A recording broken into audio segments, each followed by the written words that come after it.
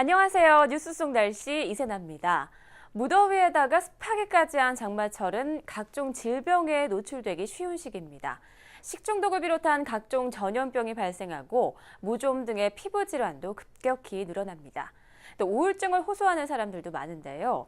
오늘은 장마철에 걸리기 쉬운 질병들과 또 예방법에 대해서 알아보겠습니다.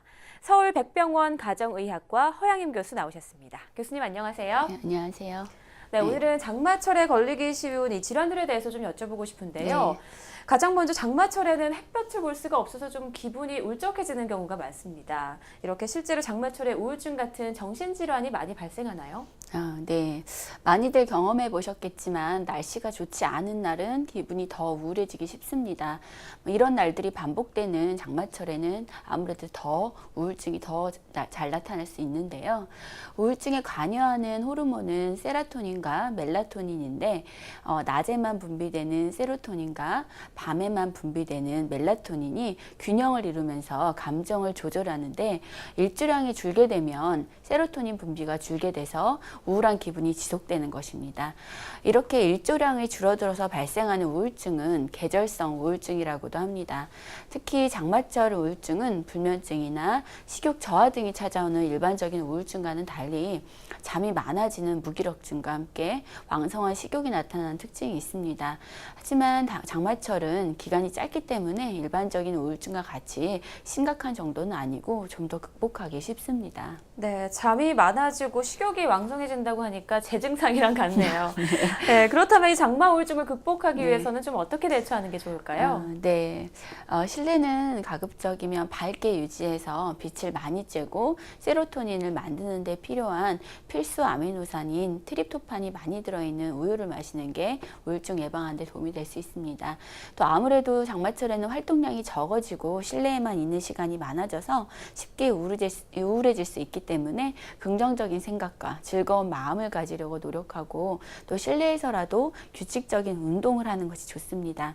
실내가 너무 습하면 오히려 몸에 땀도 마르지 않고 또 끈적끈적하고 또 친구류 같은 경우도 또 뽀송뽀송하지 않은 느낌 때문에 불쾌지수가 더 높아질 수 있기 때문에 집안 분위기를 청결하게 하고 실내 습도를 낮추는 것도 도움이 될 수 있습니다. 또 마지막으로 규칙적으로 생활하고 또 영양 섭취도 골고루 해서 전체적인 건강 상태를 관리하는 것도 우울증을 극복하는 데 필요하다고 생각됩니다. 네, 또 장마철에는 기압이 낮아져서 관절 통증을 호소하는 환자들이 많잖아요. 환자들이 좀 통증을 줄일 수 있는 좋은 방법은 없을까요? 아무래도 장마철 저기압의 영향 때문에 관절 내 압력이 올라가면서 관절을 싸고 있는 막이나 근육, 인대 등을 자극해서 통증이 심해지는데요. 또 아무래도 빗길을 걸을 때 무릎에 힘이 들어가는 것도 원인 중에 하나일 수 있습니다. 또 에어컨의 찬바람이 또 관절 주변의 혈류량을 감소시키고 근육을 경직시켜서 통증을 유발하거나 또 악화시킬 수 있습니다. 때문에 관절통 완화를 위해서는 관절이 붓거나 경직되지 않도록 하는 게 최선인데요.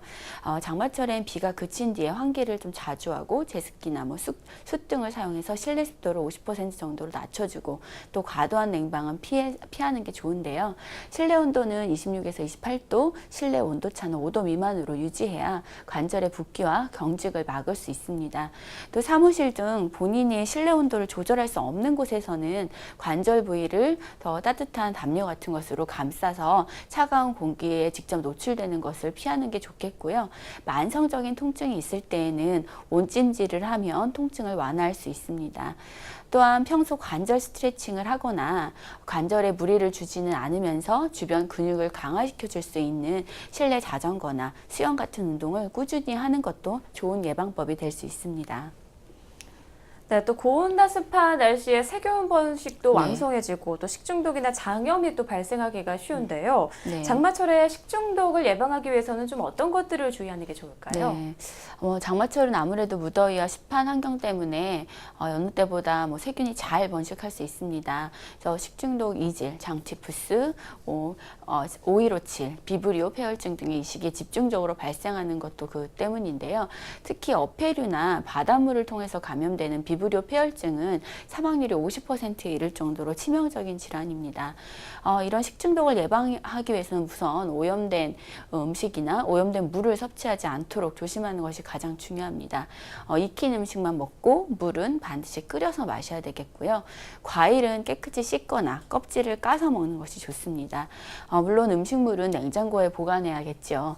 또 식중독은 주로 음식을 조리하는 사람의 손에서 세균이 오염돼서 발생하기 때문에 조리 전에 손을 꼭 깨끗이 씻어야 하고, 또 손에 염증이나 상처가 있다면 음식은 조리하지 않는 것이 좋습니다. 물론 식사하기 전뿐만 아니라 자주 손을 씻는 것도 중요하겠습니다. 또 간질환이 있거나 면역력이 저하되어 있는 환자들은 비브리오 폐혈증에 취약하기 때문에 여름철에는 어패류를 날로 먹지 않는 것이 좋겠습니다. 네, 역시 식중독을 예방하기 위해서는 손 자주 씻기, 또 음식 네. 익혀 먹기, 물 끓여 먹기, 이게 그렇죠. 가장 기본적이겠네요. 네. 그리고 또 장마철에 피부 질환에 걸릴 가능성도 크다고 네. 하던데요. 어떤 질환들이 있고 또 예방할 수 있는 방법은 어떤 게 있는지 좀 피부 네. 관리 요령을 알려주세요. 네, 장마철은 피부 건강에도 최악으로 안 좋은 시기인데요. 장마철에 피부는 더위와 습도로 인해서 평소보다 더 자극에 민감해지고 또 미생물들이 잘 번식할 수 있기 때문입니다. 장마철에는 무좀이 발병하거나 재발하는 비율이 아무래도 높고, 또 사타구니에 곰팡이가 감염되는 완선도 자주 발생합니다. 또 특히 아토피 피부 환자들도 이 시기에 증상이 악화되는 것으로 알려져 있습니다. 예방을 위해서는 무엇보다도 통풍이 잘 되도록 해야 되고, 잘 건조시켜서 곰팡이가 번식하기 쉬운 조건을 만들어주지 않는 것이 가장 중요하겠습니다. 즉 온도는 24에서 26도, 습도는 50% 정도로 적절하게 유지시켜주는 것이 필요합니다. 또 장마철 발을 보호하기 위해서 신는 장화가 오히려 무좀의 원인이 될 수도 있습니다. 장화를 신을 때에는 맨발보다는 면 양말을 신고 파우더 같은 것을 사용해서 습하지 않게 하는 것이 무좀이나 습진을 예방하는 데 도움이 됩니다. 그래서 젖은 신발은 잘 말려두는 것도 중요하겠습니다. 또 장마철이라도 가벼운 샤워를 통해서 몸을 청결하게 유지하고 보습제를 발라주는 것이 피부형 관리의 기본이라는 것도 잊지 않으셨으면 좋겠습니다. 네, 오늘 교수님 말씀 들어보니까 네. 장마철에 좀 주의해야 할 것들이 많네요. 네. 오늘 도움 말씀 고맙습니다. 네, 감사합니다. 모든 건강관리의 기본이 규칙적인 생활이지만 면역력이 떨어지기 쉬운 장마철에는 특히 더 중요한데요. 앞서 전해드린 예방법을 잘 지키는 것은 물론이고 주변 사람들과 즐거운 시간을 자주 가지는 것도 좋은 방법입니다. 감정은 전염이 되기 때문이죠. 이제 올해 장마는 반도 안 남았는데요. 건강하고 즐겁게 나시기 바랍니다. 뉴스 속 날씨 오늘 준비한 소식은 여기까지입니다. 시청해주신 여러분 고맙습니다.